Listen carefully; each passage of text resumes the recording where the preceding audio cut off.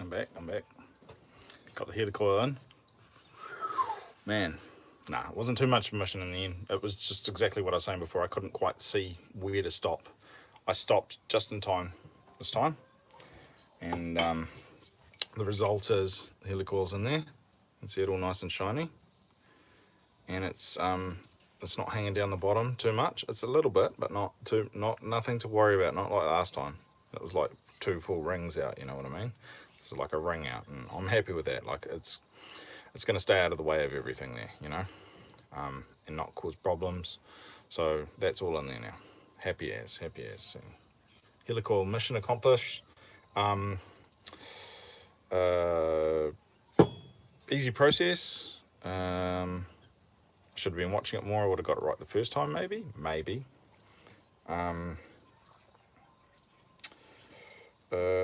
Yeah. It's a good learning curve. I enjoyed it. It's I think it's important too when you're doing things like this, not to try and hide when you stuff up. I mean, it's how people learn. It's how I learn, by stuffing things up. So yeah, and that's the results. My 2 wasted helicoils. Yeah, gone burger. But never mind, we'll soldier on. So what's next is getting everything ready. If you want it done it right, do it 3 times. Exactly, Steve. Exactly.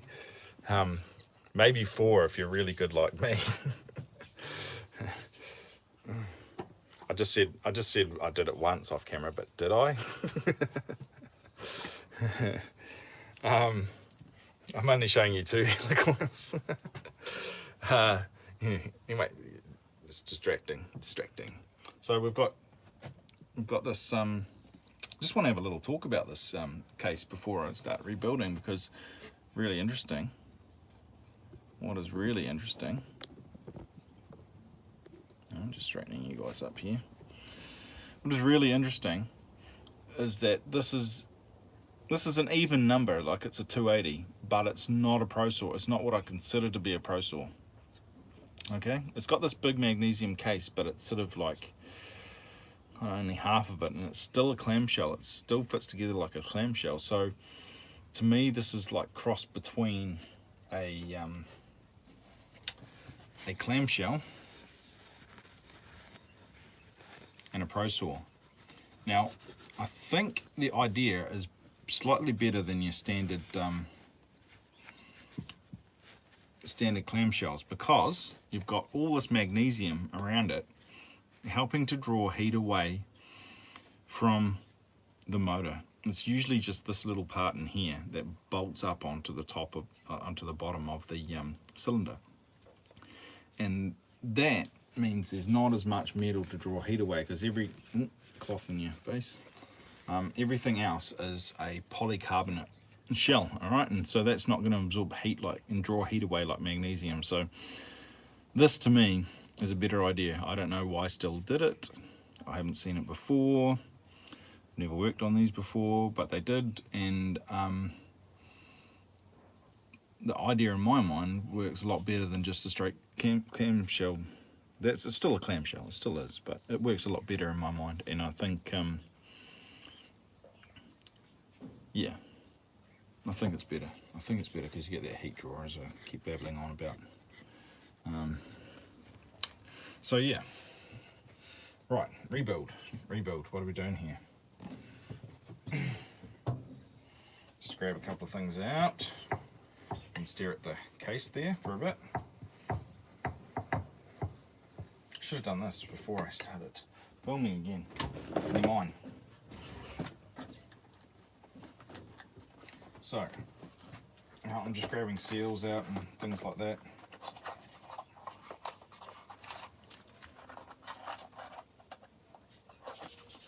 A nice looking engine case spark plug down there. Where I got that from? It's really nice looking. Anyway, sorry, got distracted. A bit like that. So I've got the new seals. All right, typical clamshell seals. and all tucked nicely away.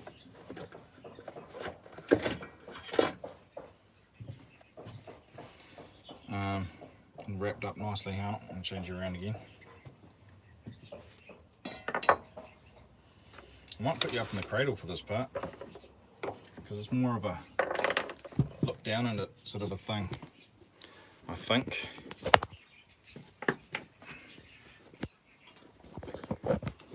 Sorry.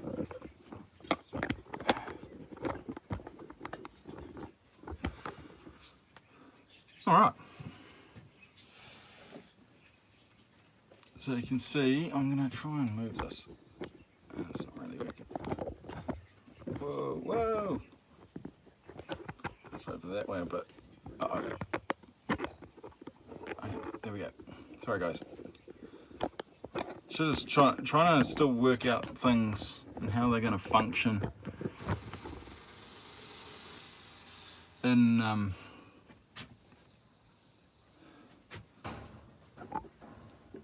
my workshop now that I have this new saw building jig.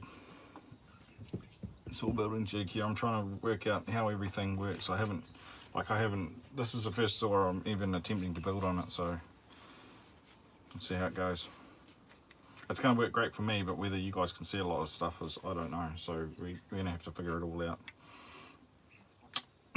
So we've got the piston cylinder set up here. The bearings are already on the crankshaft because they all slot into the cylinder head and the bottom of the. Swing this around. Maybe you'll be able to see it like that. Right, you can a bit. I'll get this out of the way. So they all slot into the bottom of here. Right, that was awesome being able to swing that around like that and just it's in view all of a sudden. Not the best view, but it's still there. You can see this baby. Oh yeah. So yeah, they slot all into there with the seals and everything on, and then the piston can all come down on top of that. Yeah, this actually had one of the worst amount of sealants I've actually seen on a genuine Stihl factory. It was just lacking sealant. It really was. Anyway, so I'm just going to swing this out of the way again. Cool. Loving that. Loving that. So the seals, the back of the seals have a little tiny spring in there, and so you've got to be very careful. Actually,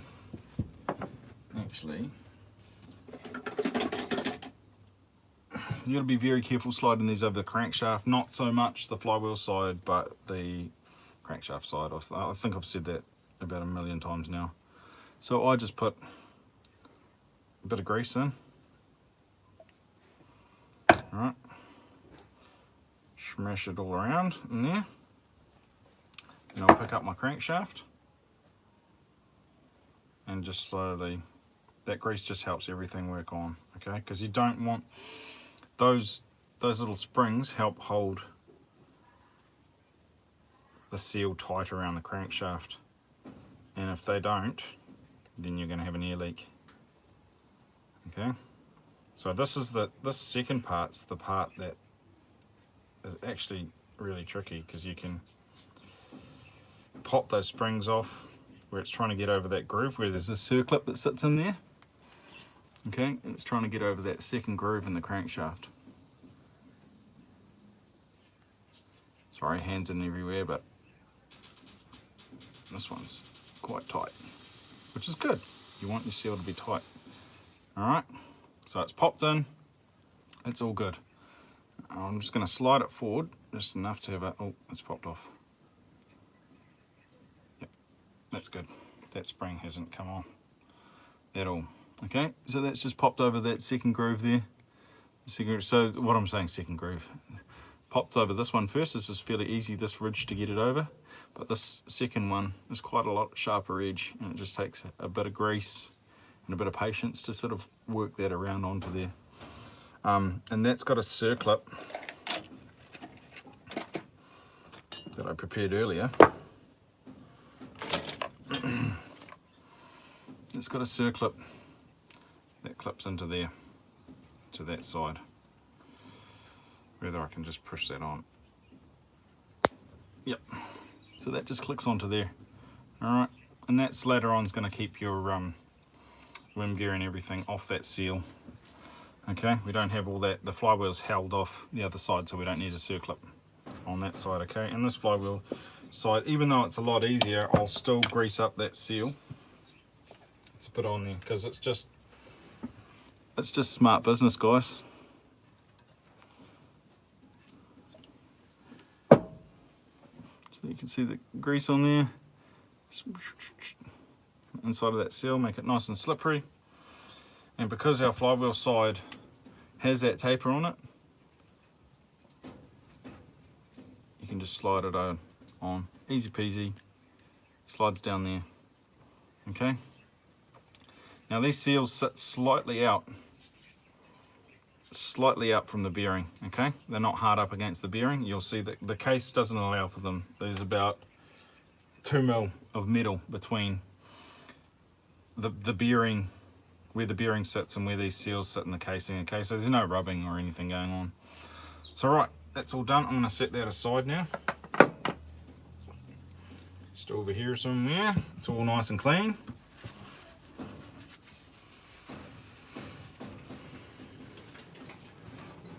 Just going to have a look in here. There's no funny business going on. So now you get out your I may end up changing this. I don't know what I'm doing. I'm just thinking out loud. Now you've got to put all your sealant around here, okay? There's still a bit of sealant from the old one in there. I'm not too worried about that. My new stuff's going to fill all that up. And you put your gasket maker, it's gasket maker, you put it down into these troughs, all right, and into the troughs on the other side of the saw as well. And this gasket maker goes together wet, so apart from putting the gasket maker on, you have to make sure that you've got all your cylinder bolts ready to go. That is really important. There's 4 cylinder bolts for this saw.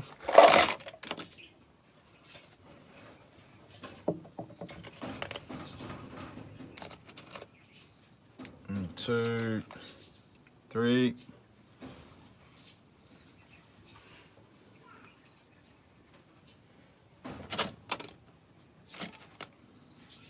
4. Was cool before. I got a text from a mate of mine who'd been watching. Another guy's been watching, and I was just, yeah, sort of quite chuffed. Another mate of mine has picked up my channel and been having a look. He's an arborist, so we've got to work together. Good to have you along on the channel, mate. And you can learn some saw building. He says he's not very mechanical minded, but I think anyone can be if they put their mind to it. You know, it's just what you want to do. So these are 4 cylinder bolts, okay? You have them ready to go. They screw in from the underneath of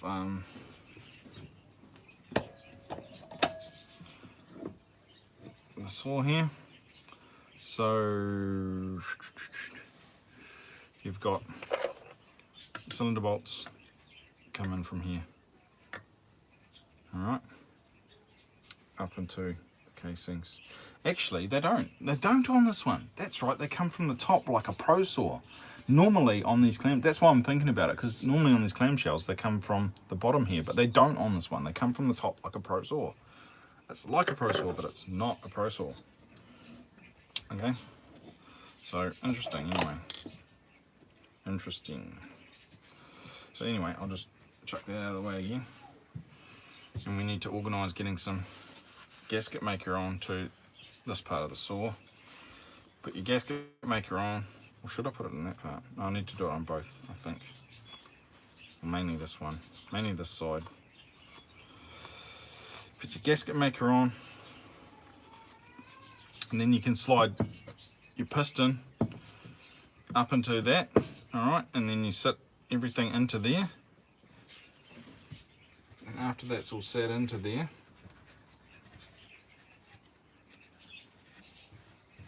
you can put the whole clamshell into the saw body. Alright, in this case the bottom half of the clamshell is sitting on that saw body. So where is my gasket go?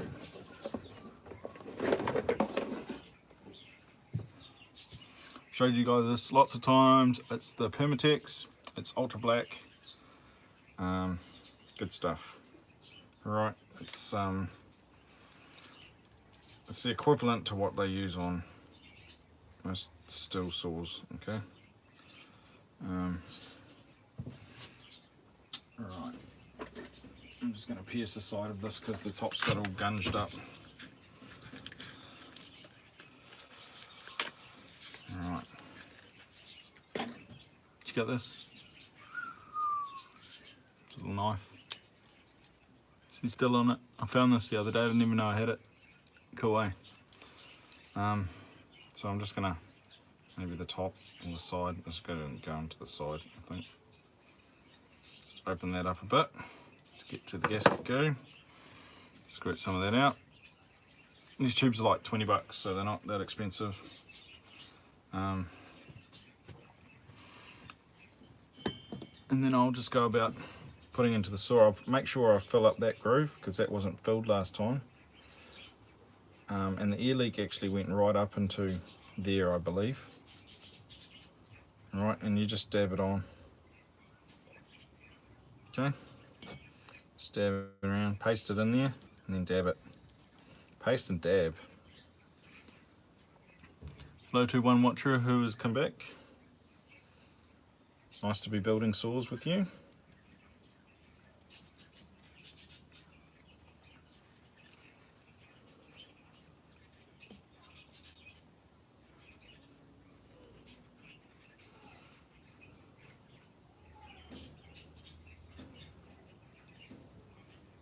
Sorry, if you're commenting, I'm not watching, sorry. I'm concentrating.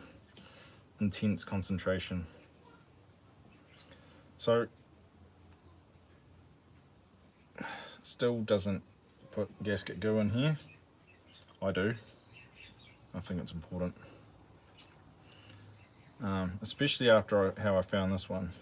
Like, this is the worst. Usually they're really good. It must have slipped past some sort of quality control at Stihl, wherever they're making these ones.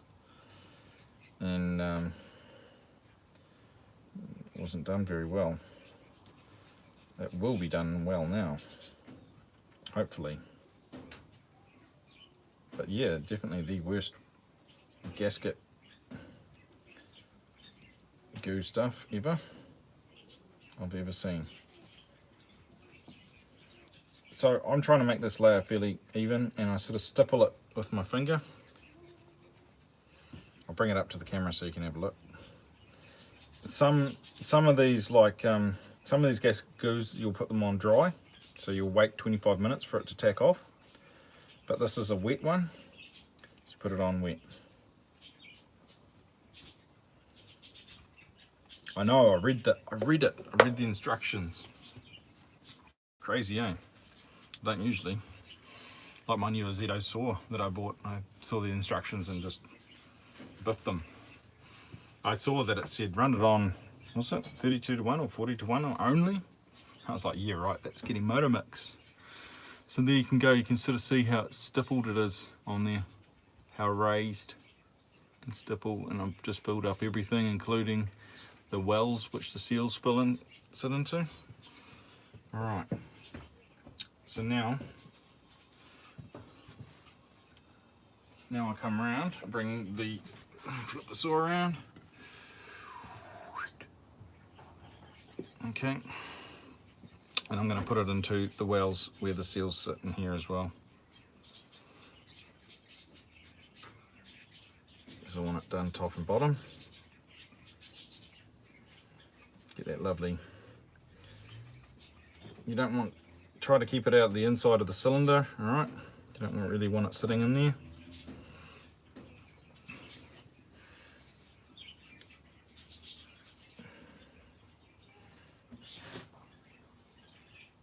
Just lace it up in there as well.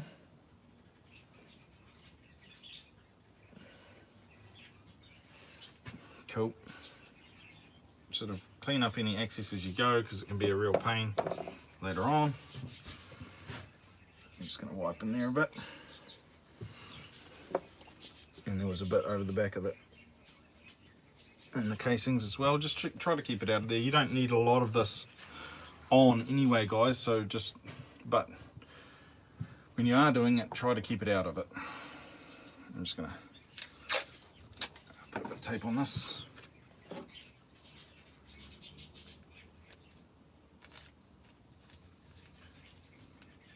And keep that all fresh in there, so the ear doesn't get it up. Okay, so that's that bit done. So now I can put this all together. Might take you out of the cradle, show you what I'm going to do. Oh, where'd you go? Sorry about that, I pressed something. Right. I'm going to put you back in tripod.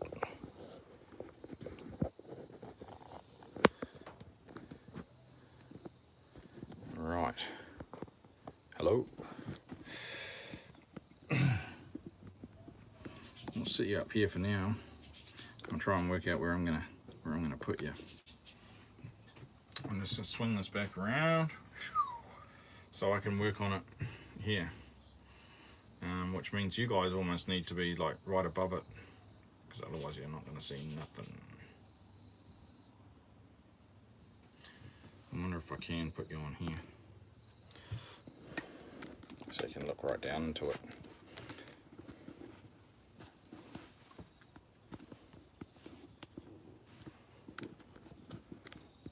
And then I can move you around as well.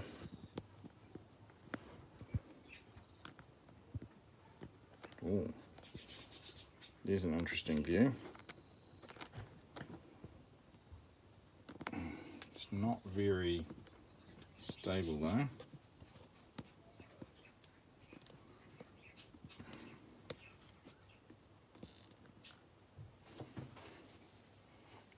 Bit wobbly. Sorry guys, I'm just honestly working this out. I've never had anything like this before, so I'm just checking out how we're going to work these camera angles, how it's going to be best for you. So we're all ready to go. Okay. With this clamshell one, should I put that in there first? That is a good question. I just remembered I've got to grease up all these bearings on this. So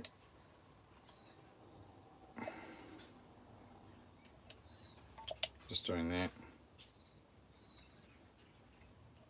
because they were washed, so they're greaseless.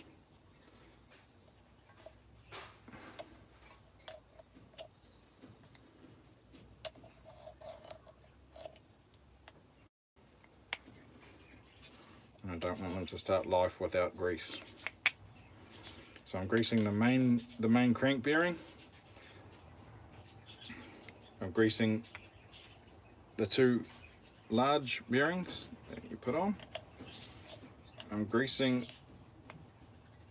the needle cage bearing up inside the cylinder, up inside the piston. Okay, so that one, and the two side ones there. Okay, they're all greased now. That grease is a lithium grease, so it'll just melt off. All right, now tapered edge is the flywheel side, so we're just going to spin that around and put it down into, which is kind of how you would do a pro saw. All right, kind of how you do a pro saw. And then you get some, I always get a little bit of oil, 2-stroke oil.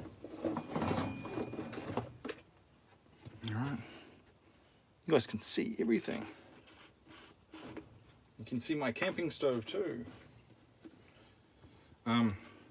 So 2-stroke coil around here, like so, for a rebuild. Okay. And that's going to help slip up into the cylinder. I'm going to do the same with the cylinder. Get 2-stroke oil.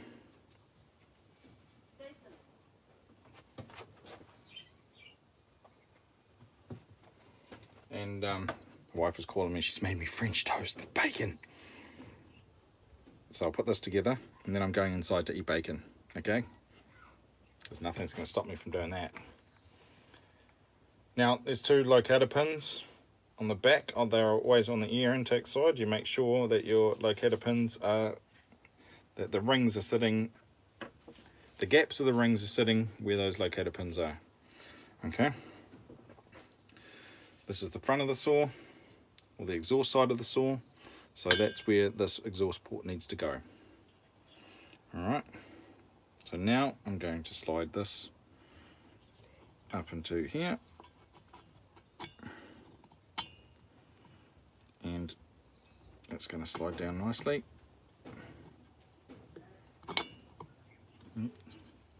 Gives a decomp. It's going to, oh, sorry guys, it's going to slide down nicely into the saw and into the seals. Check that your seals are going to go inside at the top as well as the bottom. Okay. Just sort of making sure that one's in that side. And this one on that side. So you don't want your seals distorting.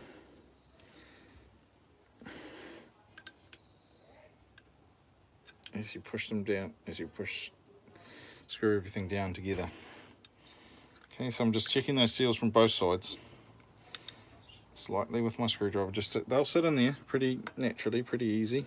All right, so that's all on there now. So your T27 Torx and our 4 screws. That one's a bit full. I'll clean that one out first. Our 4 screws.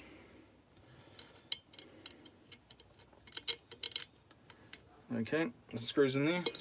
I'm actually liking this view, guys. Are you enjoying this view? Is it good? Is it better than anything we've done before?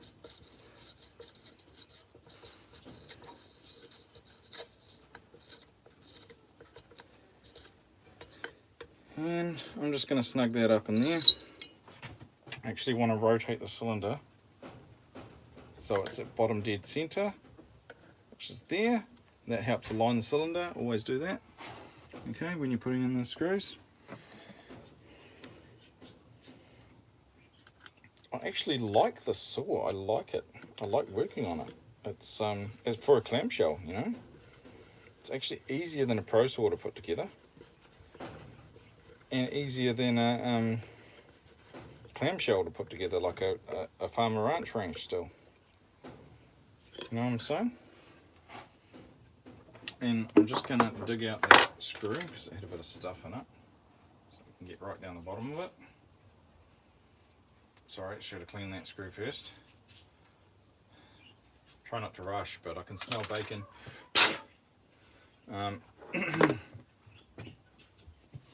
Right, that one goes down in there.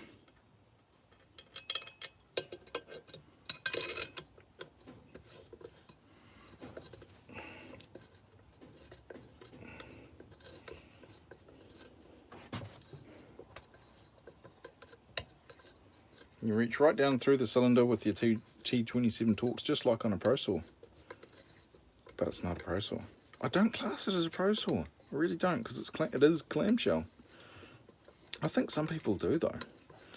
I think some people think this is a pro saw, but I've always seen it in the lineup of farm ranch range. Interesting saw anyway. I don't know how Stihl would class it. I suppose in the farm ranch range, because that's where I've seen it lined up before. Unless it's previously been in the pro saw lineup and I haven't seen it. There.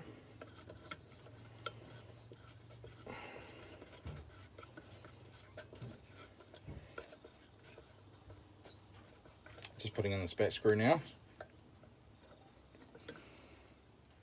Alright, and then I'm going to go to this one.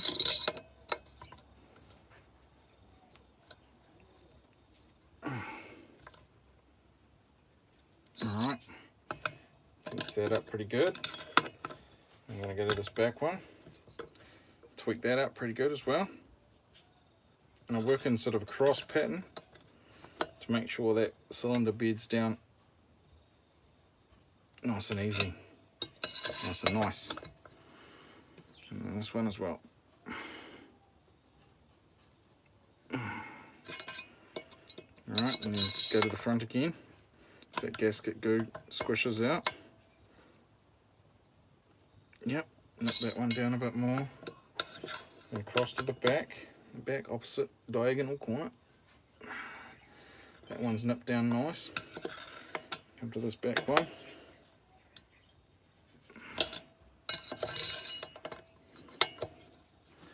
And then this front one. I just want to adjust that to get a better. There we go, that one's there as well. So that is putting the cylinder on an MS280. Okay, pretty easy, pretty cruisy.